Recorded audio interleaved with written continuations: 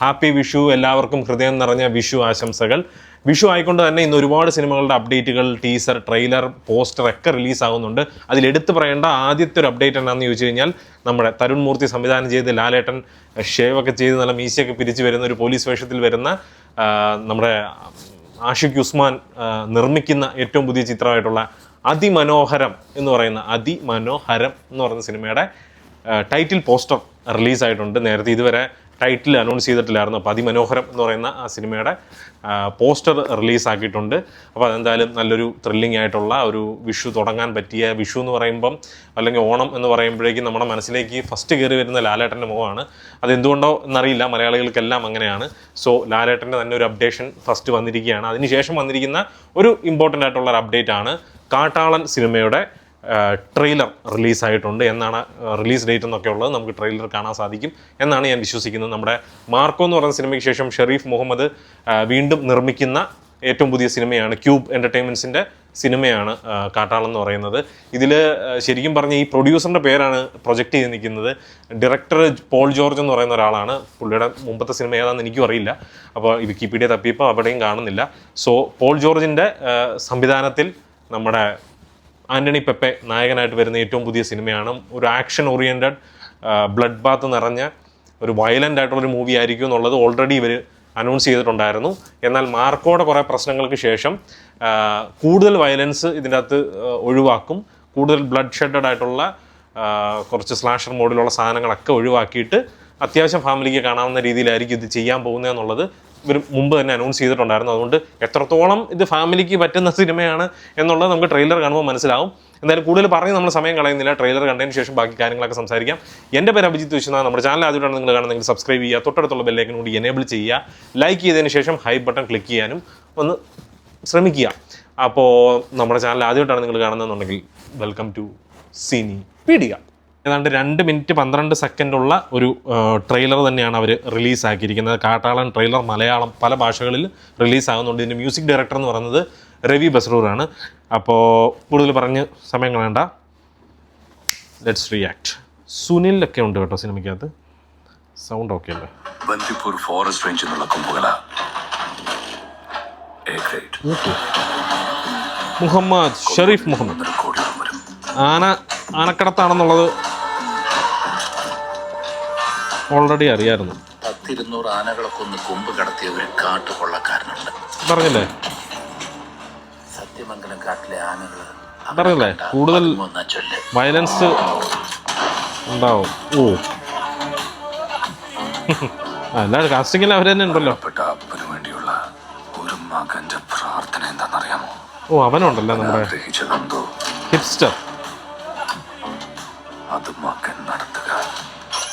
ദുഷാര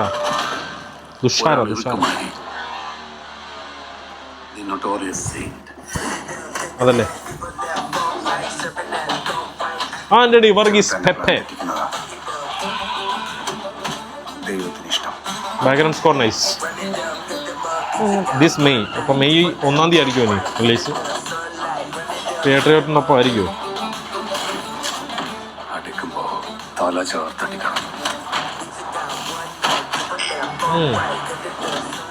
ஆண்டனி நாம நினைச்ச மாதிரி இல்ல. ரவி பஸ்ரு.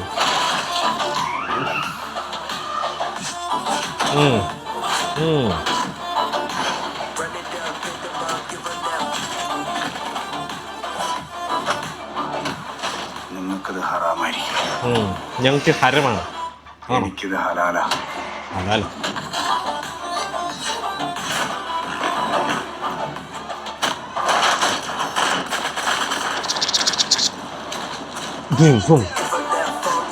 കാട്ടാളൻ.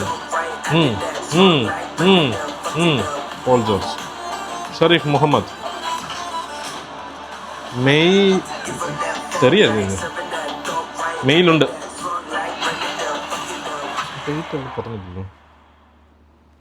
ഡേറ്റ് പറഞ്ഞിട്ടില്ലല്ലോ.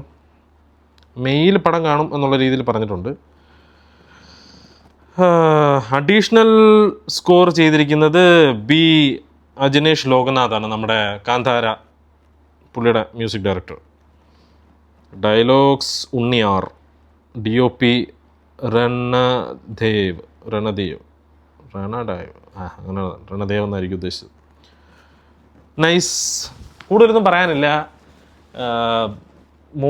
ഷെരീഫ് മുഹമ്മദ് എന്ന് പറയുന്നത് ഷെരീഫ് മുഹമ്മദ് ഇപ്പം ട്രൈ ചെയ്തുകൊണ്ടിരിക്കുന്നതെന്ന് പറഞ്ഞു കഴിഞ്ഞാൽ മലയാളത്തിൽ ഇതുവരെ കാണാത്ത രീതിയിലുള്ള ഒരു ആക്ഷൻ പാക്ക്ഡ് ഒരു സ്റ്റൈലിഷ് ആക്ഷൻ സംഭവങ്ങൾ, കുറച്ചും കൂടി റോ ആയിട്ടുള്ള സംഭവങ്ങളൊക്കെ ചെയ്യിപ്പിക്കാനാണ് പുള്ളി ട്രൈ ചെയ്തുകൊണ്ടിരിക്കുന്നത്. അതൊരു തെറ്റല്ല, കാരണം മിക്ക ഇൻഡസ്ട്രികളിലും ഇത് നടക്കാറുള്ളൊരു കാര്യമാണ്.